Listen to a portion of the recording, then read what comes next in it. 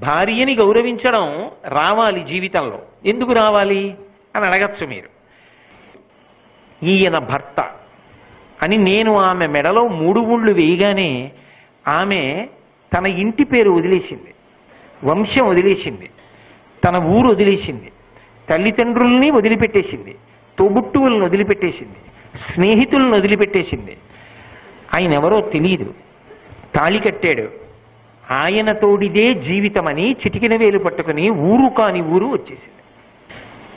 ఆ అమ్మాయిని సుఖపెట్టడమే నీకు చేత కాకపోతే, ఆ అమ్మాయి కిలకిలా నవ్వేటట్టుగా పలకరించడమే నీకు చేత కాకపోతే, ఇక నువ్వు ఎవరిని సుఖపెట్టగలవు జీవితంలో? ఇంతకన్నా త్యాగం చేసి నీతో వచ్చేవాళ్ళు ఎవరైనా ఉంటారా? ఎవరు ఉండరుగా.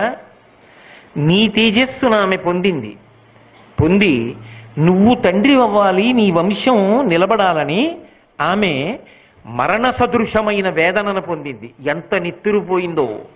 ఆమె బ్రతుకుతుందో బ్రతకదో కానీ నవ్వుతూ వెళ్ళిపోయింది వైద్యశాలలోకి.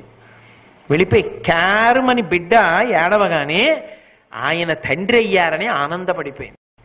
అమ్మా అమ్మా అని పిల్లవాడు తిరుగుతుంటే, నీకు నాకు కూడా రక్షకుడు ఆయనరా, నన్ను అమ్మ నువ్వు అను, ఆయన్ని నాన్నగారు మీరు అను అని నాన్నగారిని పరిచయం చేసింది.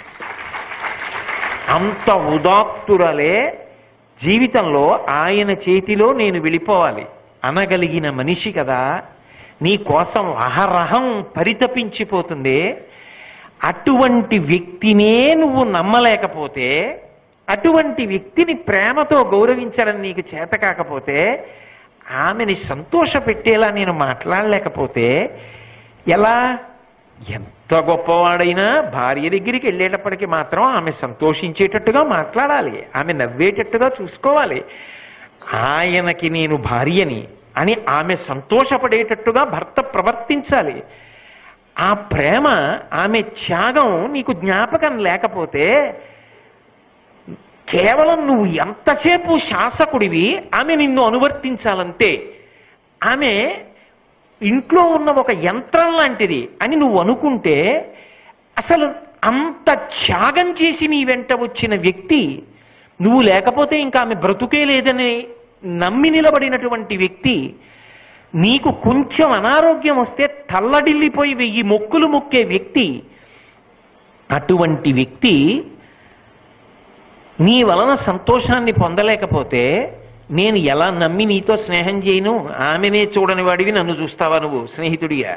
నిన్ను నమ్మి నేను నీతో స్నేహం చేయనా? అందుకే భార్య గురించి పరాయి వాళ్ళ దగ్గర విమర్శించి తక్కువ చేసి మాట్లాడడం లేఖితనం. దిద్దుకోగలిగితే దిద్దుకో, కాకపోతే సర్దుకో, 3వ మార్గం లేదు. అంతే. అది జీవితాంత అనుబంధం. ఈ దేశంలో చావో రేవో అంతే. మంగళసూత్రం కట్టాక ఒక్క భార్య, రామచంద్రమూర్తి సిద్ధాంతం. ప్రపంచ దేశాలన్నీ కూడా మోకరిల్లి నమస్కారం దేనికి చేశాయంటే ఈ దేశానికి. ఈ దేశంలో ఒకసారి స్త్రీని చేపడితే అంతే.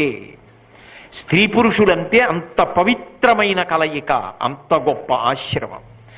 అటువంటి భార్య ఈసడింపవలసినది కాదు, పరమ ప్రేమతో నువ్వు చూడదగినటువంటి వ్యక్తి, గౌరవింపదగిన వ్యక్తి. యథార్థానికి ఇంకా లోతుగానే చెప్పవలసి వస్తే, ఆమె నీ జీవితంలో ఉత్తమ లోకాలు పొందడానికి పుణ్యమునకు కారణం ఆమెయే.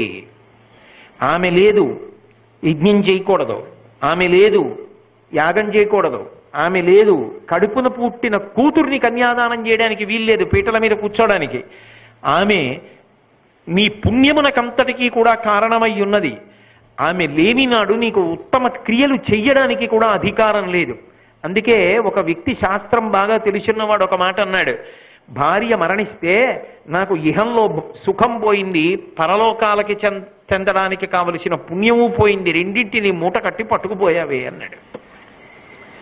ఆమె లేనినాడు నేను నిష్కర్షగా చెప్తున్నా, ఆడపిల్లకి పుట్టిల్లేదండి. తండ్రి ఉంటేనా వస్తుంది ఆడపిల్ల? అమ్మ కోసం వస్తుంది.